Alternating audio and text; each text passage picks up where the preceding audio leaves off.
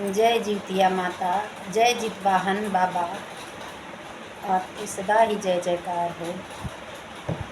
भाई बहन, आज मैं जीव पुत्री का व्रत की कहानी एक सुनाने जा रहे हूँ और ध्यान लगाकर सुनिए और पूरी कहानी सुनिए। अगर पूरा कहानी न सुने तो पता भी नहीं चलता है और जितवाहन बाबा रुष्ट हो जाते हैं। जो लोग पूरी कहानी सुनते हैं और ध्यान करते हैं, मनन करते हैं, उनकी सभी का मनोकामनाओं पूर्ण करते हैं। उनकी बच्चों की आयु लंबी होती है और कथा पूर्ण होनी चाहिए और पूर्ण सुनना चाहिए। जो लोग लाइक सब्सक्राइब करेगा, हम भगवान जितिया जितवाहन बाबा और माता जितिया से हाथ जोड़ कर विनम्र निवेदन करते हैं कि उसकी सभी मनोकामना पूर्ण करें। जय जितवाहन बाबा। बहन, एक भाई और एक बहन थी। माता पिता पहले मर चुके थे। बहन की शादी हो गई थी, भाई की भी शादी हो गई थी, लेकिन बहन बहुत गरीब थी। जब कुछ पर्व पड़ता था या कोई उसको ज़रूरत होता था तो वो अपने भाई के घर पे आती थी, तो भाई उसका मदद करता था। भाई की कोई संतान नहीं था। भाई यही कहता था अपनी बहन से कि बहन, एक बच्चा मुझे दे देना। बहन बोलती है ठीक है। और ये सुनकर भाभी जो है उसको बहुत जलन होती है। वो बोलती है हम अपना उनका बच्चा क्यों लें, उनका बच्चा लेंगे तो घर द्वार खेती गृहस्थी सब कुछ हमारा उनका हो जाएगा, तो क्यों ना हम अपने भाई और भतीजा के बच्चे को लें। हमारा भतीजा है और हमारी बहन का लड़का बच्चा है, तो हम वो लेंगे। ननद का बच्चा हम क्यों लें। हमारे तो दिल में यही आता है कि हम उसको इधर उधर पाएँ तो मार डालें। इतना पाप भाभी के दिल में रहता था। तो जितिया का समय हुआ। जितिया पर्व करने के लिए बहन अपने पति से बोलती है कि हे पतिदेव जी, आप अगर आज्ञा दीजिए तो हम अपने भाई के पास जाएं और व्रत करके पूरा करके आ जाएंगे बच्चों लोग के लेके। तो वो बोलते हैं खुशी खुशी हाँ ठीक है, चले जाइए। तो बहन अपने भाई के घर पे आ गई तीनों बच्चों के लेके। तो भाई बहुत खुश हुआ, प्रसन्न हुआ कि हमारी बहन आई है हमारे इधर जीव पुत्री का व्रत करने। लेकिन भाभी अंदर अंदर जलन कर रही है कि कहाँ से आ गई हमारे घर पे। ऐसा सोच विचार कर मन में दिल में ऐसा सोचा। लेकिन बहन क्या करती, बहन बेचारी गरीब थी, वो मजबूरी था उसका, वो सामान जुटा नहीं सकती थी, व्रत अच्छे से पूर्ण नहीं कर सकती थी, इतनी गरीबी थी उसके घर पे। आई तो अपने भाई से बोली भाई आप बाज़ार जाइए और मेरे लिए पूजा का सब सामान लेके आइए और बच्चे लोग को कपड़ा लेके आइए और हम जा रहे हैं नदी पे, स्नान करेंगे और वहीं पूजा करेंगे। बोली ठीक है। और भाभी से बोली भाभी मेरे बच्चे लोग को देखना, मेरा बच्चा लोग इधर उधर ना हो, अगर रोएगा तो दूध पिला देना। भाभी बोली ठीक है। अब बहन चली गई, वहाँ स्नान किया और वहीं नदी के तट पर बैठ गई, सब लोगों के साथ में पूजन करने लगी। और कहानी का ही व्रत है, तो एक कहानी इधर से होती है, कहानी उधर से। सब लोग एक जन चुप होते हैं कहानी अपना कह के, तो दूसरा जन चालू कर देते हैं। ऐसा करके कहानी अपन सुनते सुनाते बहन को बहुत टाइम बीत गया वो उधर ही।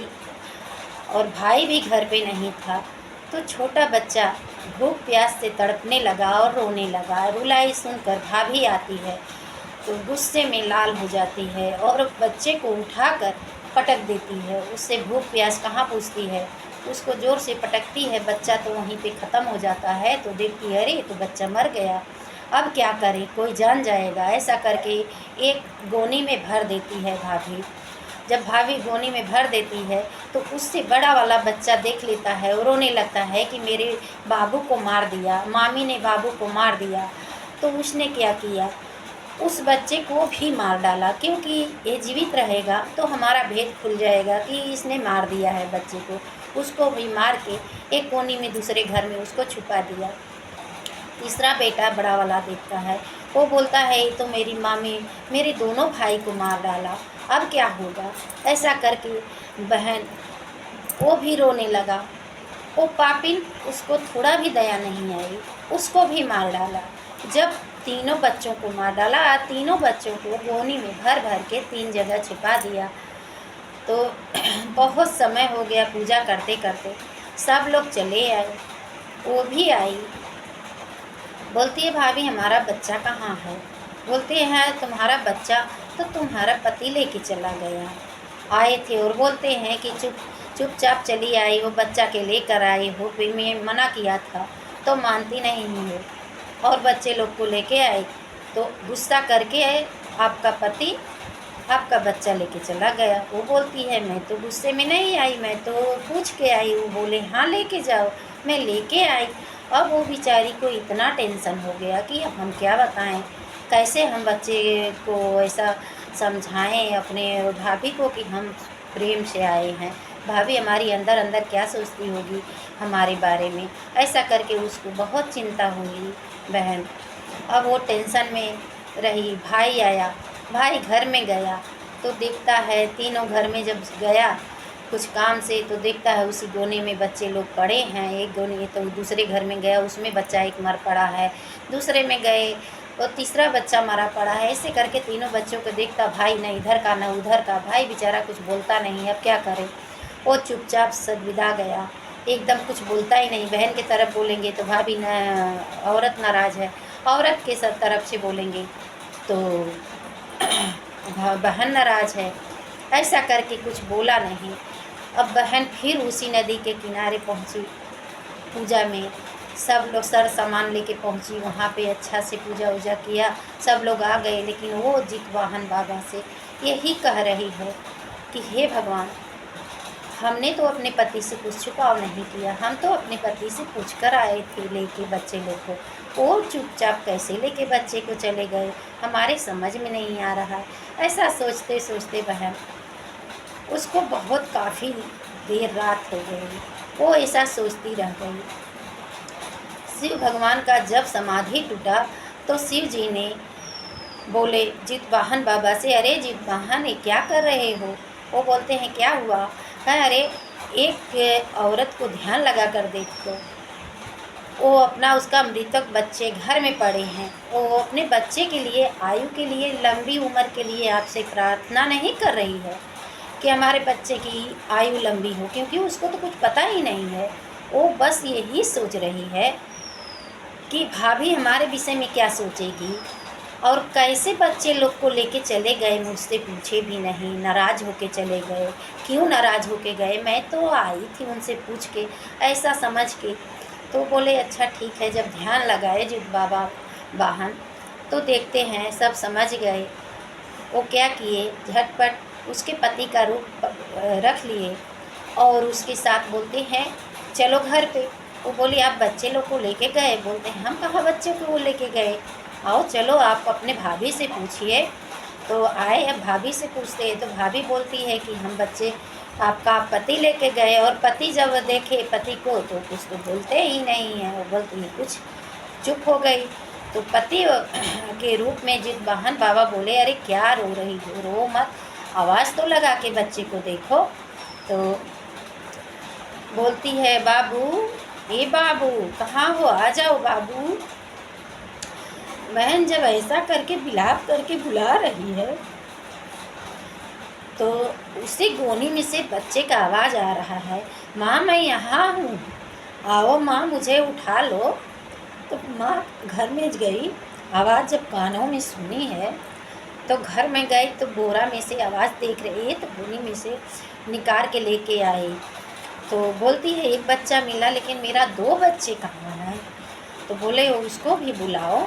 तो उनको भी आवाज़ लगाई, बाबू तुम कहाँ हो, आओ बाबू, देखो मैं प्रसाद लेके आई हूँ, आओ खा लो। और देखो पापा आए हैं बेटा, आओ। तो वो भी बच्चा वही बोल रहा है कि माँ मैं यहाँ हूँ, कैसे मैं आऊँ, आओ मुझे निकालो गोनी में से। तो माँ गई तो उसको भी लेके आई। फिर तीसरे बच्चे को आवाज़ लगाती है। जित वाहन बाबा बोलते हैं कि इसको भी आवाज़ लगा कर देखो, आवाज़ लगाओगे तो आ जाएगा। तो उसको भी आवाज़ लगाती है कि बाबू आ जाओ, मामा सब सामान लेके आए हैं, कपड़ा लेके आए हैं, हम पूजा करके आ गए, आप कहाँ हो बाबू, आ जाओ। तो वो भी बच्चा वही बोलता है कि माँ आओ, मुझे यहाँ से छुड़ा के लेके जाओ, मैं तो गोनी में बंधा हूँ माँ। जब गोनी में से निकाल के माता लाती है तो तीनों बच्चे जीत वाहन बाबा की कृपा से जीवित हो जाते हैं। तो वो बोलते हैं कि देखो ये आपकी भाभी का करतूत है। और बच्चे लोग बोले कि मुझे मामी ने मार दिया, पहले इनको मारा फिर हमको फिर उनको, सबको मामी ने मारा। तो वो बोलती है कि हम यहाँ एक पल नहीं रहेंगे, अब चलिए।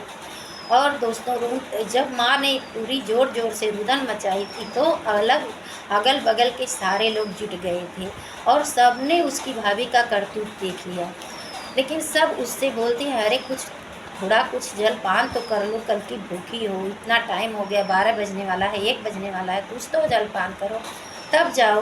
बोली नहीं, अब हम कुछ जलपान नहीं करेंगे, बस हम अपने पति के घर पे चलेंगे। वो अपना चली गई। अब यह इधर भोलेनाथ बोलते हैं कि ये तो अब जितवाहन अपने ये वो तो समझ रही हमारे पति हैं, लेकिन वो तो पति भी नहीं है, वो तो जितवाहन है। तो उनके पति का भोलेनाथ शिव शंकर गुरु महाराज ने ध्यान बंटवाए और अब उनके पत्नी में ध्यान तल्लीन लगवाए बच्चे में कि जाओ अपने पत्नी और बच्चे को लेकर आओ, बच्चे तुम्हारी पत्नी और तुम्हारे बच्चे आ रहे हैं। तो वो अपने घर से आए उसके पति, और जितवाहन बाबा को तो देखते भी नहीं हैं, और अपनी पत्नी के साथ चल दिए। और पत्नी रास्ते भर उनसे बात करती गई कि हमारी भाभी ऐसे किया वैसे किया, अब हम कभी नहीं आएंगे, हम मर जाएंगे, कुछ भी करेंगे, लेकिन हम कभी अपने मायके में नहीं आएंगे। जिस मायके में हमारे बच्चे का मृत्यु हो जाता है, मार देते हैं, उस मायके लेकर हम क्या करेंगे, हम कभी अपने मायके में अब नहीं आएंगे। और अपने पति से यही विलाप करके बोलती है कि कितना भी दुख क्यों ना ससुराल में हो, लेकिन मायके में नहीं जाना चाहिए। जिस मायके में इतना कदर नहीं होता है, बच्चे को मार देते हैं, अब मैं कभी नहीं अपने बच्चे को लेकर मायके में जाऊंगी। और पति अपना चुपचाप सुनते चले जा रहे हैं, कान पकड़ती है कि अब नहीं जाएंगे। तो हे भाई बहन, आप लोगों से विनती है कि कभी भी कोई भी प्रभु अपने घर में निभाना चाहिए। अपने घर में, यहाँ अगर पहले से गए हो तो क्यों न जाए, अपने घर में दुख हो सुख हो अपने ही घर में बिताना चाहिए। और जित बाबा वाहन की कृपा से उनका बच्चा जीवित हो गया, वो सब घर पे अपने गए। और बोलिए जित बाबा वाहन की जय।